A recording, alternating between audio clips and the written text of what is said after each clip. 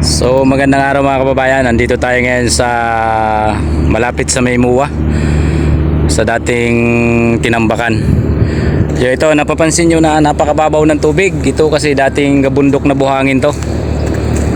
O ngayon nakakatapak na tayo dito, yung dating dagat ito na dating Tinambakan. Yan, kung napapansin nyo, yan, napakababaw ng tubig, nagkaroon na ng hunasan. Una pala sa lahat, shoutout nga pala sa ating mga subscriber at talong na ating mga bagong subscriber. Maraming salamat yung support. At sa hindi pa sa atin na pag-subscribe, paki-subscribe po, Ricardo Mandaragat.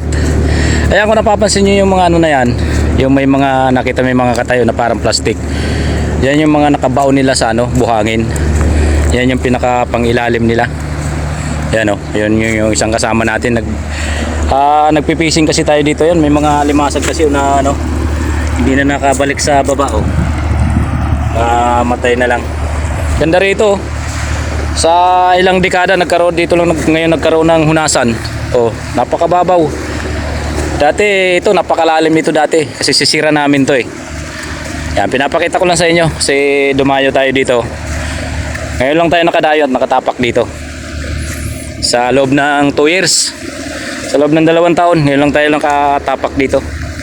Pinapakita ko sa inyo yung ano, hunasan no. Dati kasi ito napakalalim nito. Ayan yung mga ano, bato. Ayan o, sa gilid. Yan ang pinaka breakwater. Ito napakalalim dito, hindi ka dito makatapak. Siguro nasa mga 20 feet na to rito. Ito mga kabayan, nakatapak na tayo. Nagkaroon na ng hunasan. Kala mo nga nasa probinsya ka eh. Ayan o.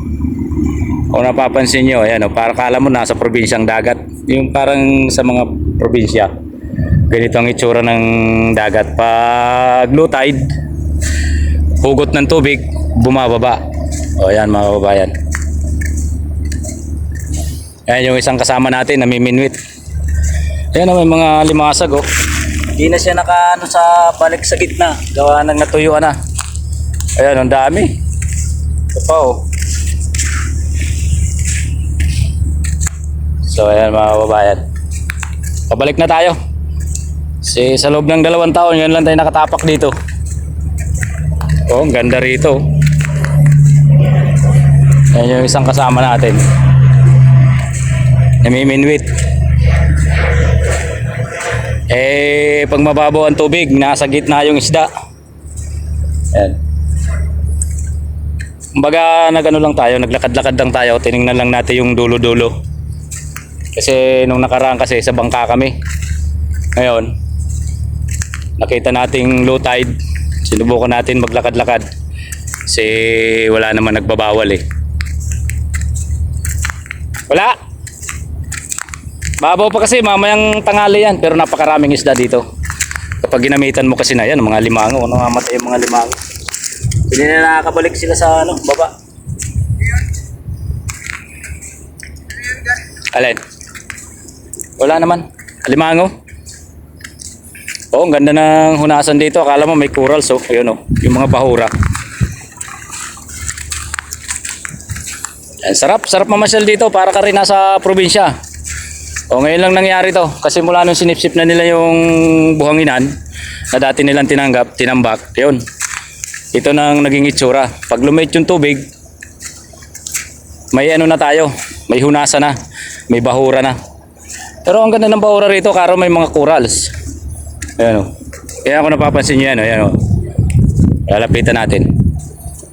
Yung mga tirahan ng isda to. Lalapitan natin. Yan o. So, nagkaroon na siya ng corals o. Yung mga anuhan ng isda. Ayan o. Yung mga tirahan ng isda o. Ayan o.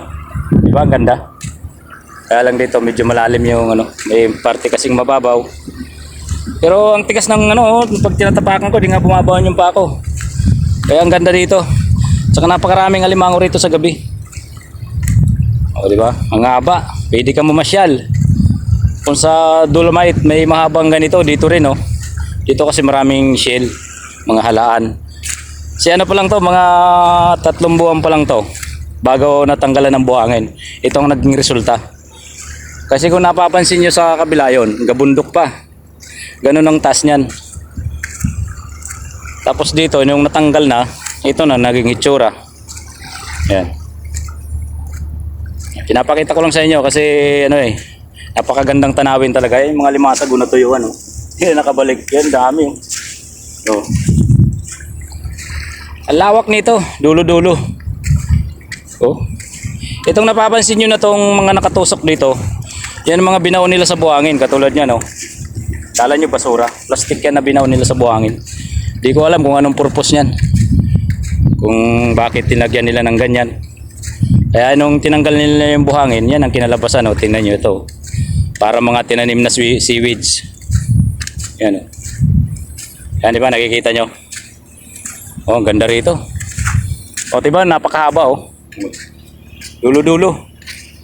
Kaya kung maglalakad-lakad ka dito sa umaga, napakaganda. Kaya lang kasi ngayon, wala namang sumasaway sa amin. Walang nagsisita. Kasi ang hawak nga namin pampising. Kaya lang pinasyalan natin kung anong hitsura. O, sa loob ng 2 years, ngayon lang tayo tapak ulit dito. Kasi ito talaga yung sisira namin, panaan namin to Yan, kung napapansin nyo yung sa dulo, yung buhangin na natitira. Kung anong taas ng buhangin doon, ganing din kataas dito.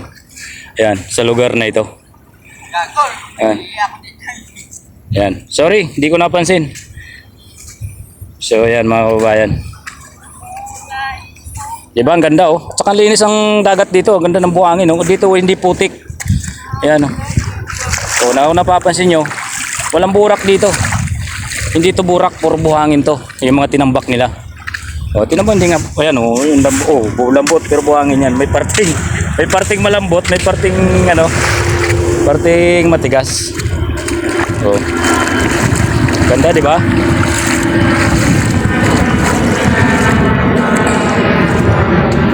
Sarap mamasyal dito, kaya lang dalawa lang kami magkasama. Kasi sinubukan natin maglakad kung sisitahin tayo. Wala naman sumita sa atin. Kasi alam nila, nagpipising lang tayo. Pero ngayon lang tayo nakatapak.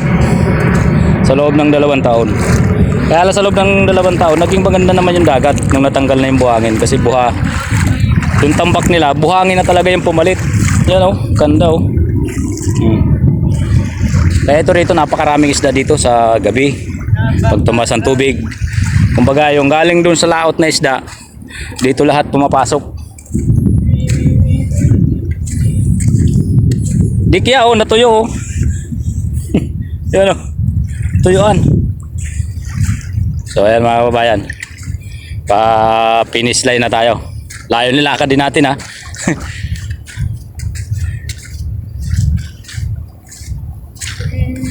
Oh, di ba? Ang sarap maglakad-lakad.